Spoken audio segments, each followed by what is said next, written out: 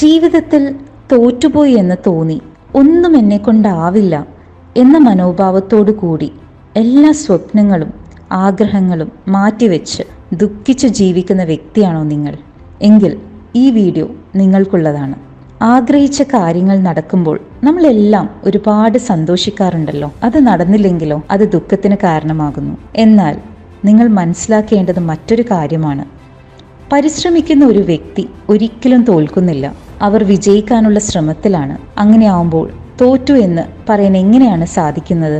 ആദ്യം തന്നെ നമുക്ക് എക്സ്ക്യൂസസ് മാറ്റി പ്രവർത്തിച്ചു തുടങ്ങാനുള്ള മനസ്സാണ് വേണ്ടത്. എപ്പോഴും നിരാശയും സങ്കടവും ദുഃഖവുമായി ജീവിക്കുന്ന ഏതെങ്കിലും ഒരു വ്യക്തി സക്സസ്ഫുൾ ആകുന്നത് നിങ്ങൾ കണ്ടിട്ടുണ്ടോ? ചിലപ്പോഴൊക്കെ വിധിയാണ് എന്ന് പറഞ്ഞ് നമ്മൾ എല്ലാ സ്വപ്നങ്ങളും മറന്ന് ജീവിക്കും. എന്നാൽ മടിയാണത്. കഷ്ടപ്പെടാനുള്ള മടി, പ്രവർത്തിക്കാനും ശ്രമിക്കാനുമുള്ള മടി. ഈ ചിന്തകൾ മറികടക്കാനും ജീവിതത്തിൽ നിങ്ങൾ ആഗ്രഹിക്കുന്ന നിലയിൽ എത്താനും ചെയ്യേണ്ടതൊരൊറ്റ കാര്യമാണ്: സ്വന്തം ജീവിതത്തിൻ്റെ റെസ്പോൺസിബിലിറ്റി ഏറ്റെടുക്കുക.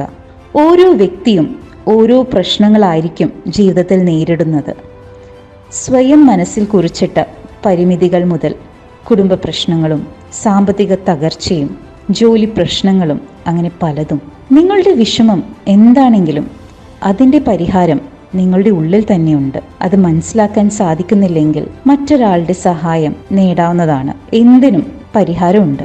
നിങ്ങളുടെ പ്രശ്നങ്ങൾ എന്താണെങ്കിലും ഇന്നു മുതൽ പരാതി പറയില്ല എന്ന് മനസ്സിൽ ഉറപ്പിക്കുക. എൻ്റെ ജീവിതം എൻ്റേതാണ് എന്ന് മനസ്സിനെ പറഞ്ഞ് പഠിപ്പിക്കുക. നിങ്ങളുടെ വിഷമങ്ങളും പ്രശ്നങ്ങളും നിങ്ങൾക്ക് മാറ്റിയെടുക്കാൻ സാധിക്കും എന്ന് ഉറച്ചു വിശ്വസിക്കുക. വിജയിക്കാൻ ഇറങ്ങി തിരിച്ചൊരു വ്യക്തി അത് നേടിയെടുക്കാൻ കഠിനമായി പ്രയത്നിക്കും.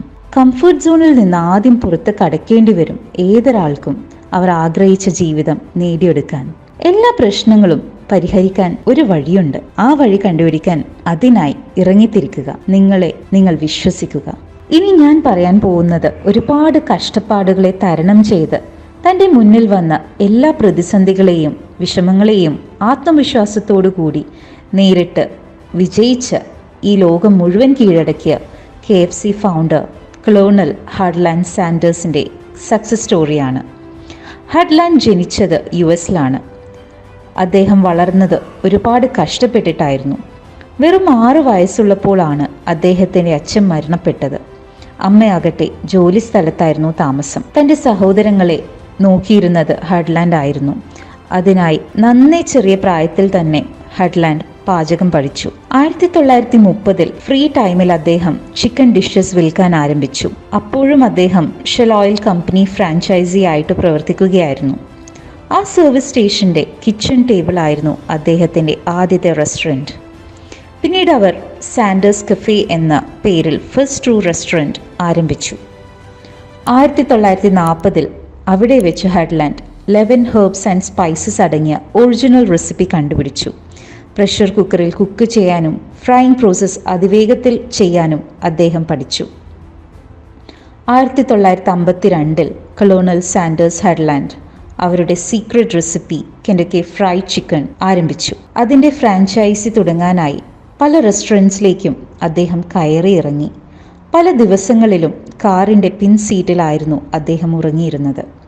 കഠിനമായി അദ്ദേഹം പ്രയത്നിച്ചു. കൂടി അദ്ദേഹത്തിൻ്റെ ഭാര്യ ക്ലോഡിയും സഹായിച്ചു. ഈ കഷ്ടപ്പാടിൻ്റെ ഇടയിൽ ഒരിക്കൽ പോലും അദ്ദേഹം എല്ലാം മതിയാക്കാമെന്ന് വിചാരിച്ചില്ല. അത്രത്തോളം ആത്മവിശ്വാസമായിരുന്നു KFCയുടെ ടേസ്റ്റിൽ അദ്ദേഹത്തിനുണ്ടായിരുന്നത്. 1962 ആയപ്പോഴേക്കും 600 റെസ്റ്റോറൻറ്റ്സ് KFC റെസിപ്പി വിൽക്കാനുള്ള കരാർ ഒപ്പിട്ടു. അങ്ങനെ KFC ഒരു ബ്രാൻഡായി മാറി. ഇന്ന് KFC ലോകത്തെ തന്നെ 2ാമത്തെ വലിയ ഫുഡ് ചെയിനായി മാറി. 136 രാജ്യങ്ങൾ ഉൾപ്പെടെ പ്രവർത്തിക്കുന്നു. ഒരു കഠിനാധ്വാനവും പാഴാവില്ല. കൊളോണൽ സാൻഡേഴ്സ് പറഞ്ഞതുപോലെ hard work beats all the tonics and vitamins in the world. എല്ലാവർക്കും ജീവിത വിജയം ആശംസിക്കുന്നു.